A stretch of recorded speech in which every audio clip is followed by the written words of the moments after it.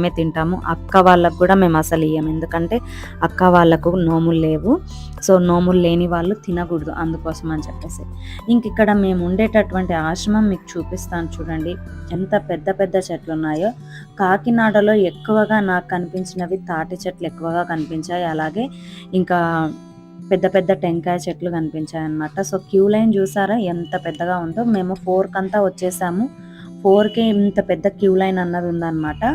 ఇక్కడ వచ్చేసి టికెట్స్ ఇస్తారండి. టికెట్స్ తీసుకున్న వాళ్ళకి మాత్రమే దీపోత్సవానికి మనకి ఆహ్వానం ఉంటుంది. టికెట్స్ అంటే మనమేం డబ్బులు పెట్టాల్సిన అవసరం లేదు. అవి టోకెన్స్ కూడా మనకి ఫ్రీగానే ఇస్తారనమాట.